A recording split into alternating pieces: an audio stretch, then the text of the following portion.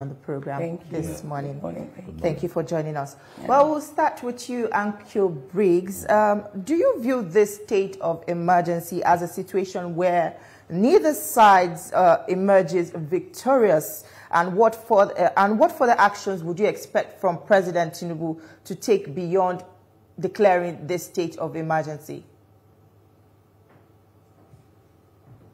First of all, before we go any further, I want us to understand that the people of River State feel victimized by what has gone on in the past and since 2023, around October, and still feel victimized by the state of emergency that has been declared.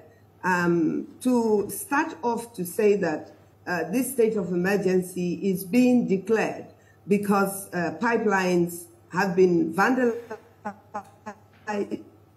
or blown up, and that the governor had not done anything to stop it. I think it's expecting too much from the governor. The governor's office is in Port Harcourt.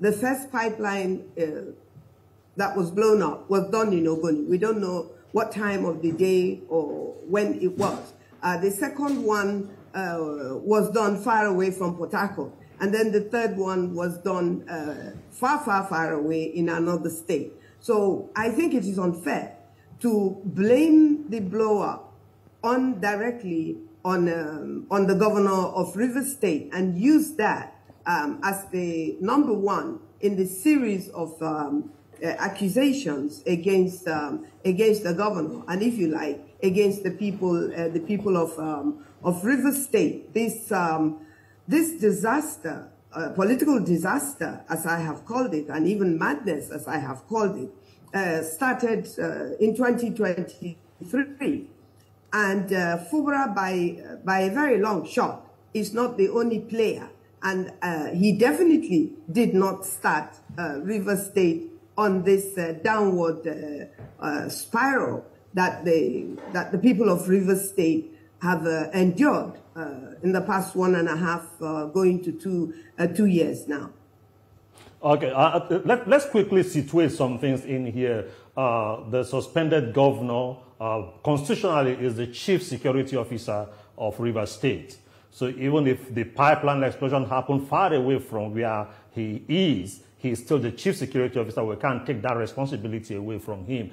And also the fact remains that I don't think the president is directly blaming, but I think there are various players, whether elders, whether religious leaders, and whoever is involved in this rivers crisis, because they have been polarized and they seem to have lost the capacity. People say they seem to have lost the capacity to mediate.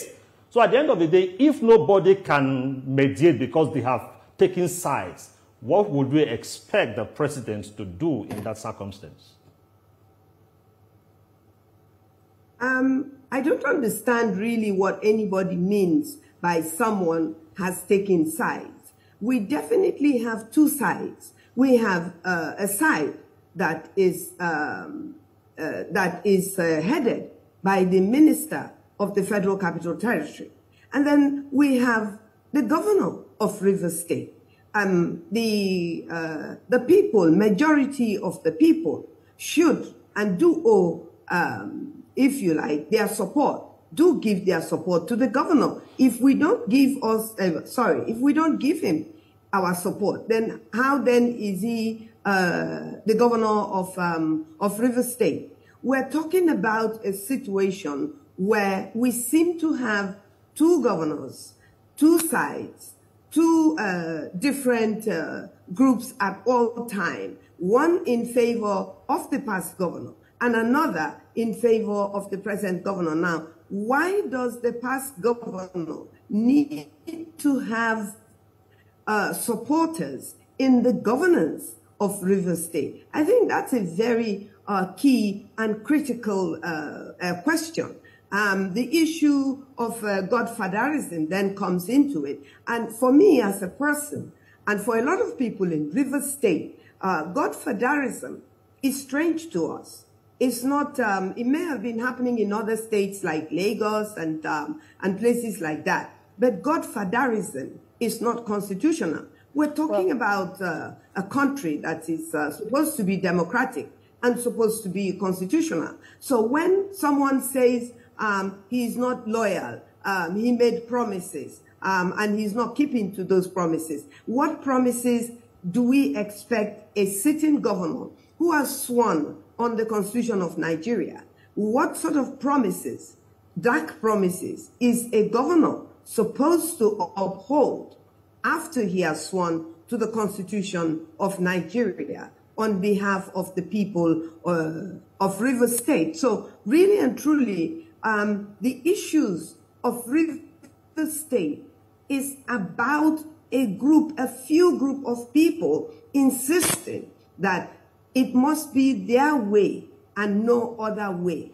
Fubara was, and remains the governor of Rivers State. So now, let us ask, who and what is the problem in Rivers State? We first waded in. When people say, are there no elders? Are there no... We shouldn't even find ourselves in a situation where we are now calling in people that are not in government to come and be arbitrators.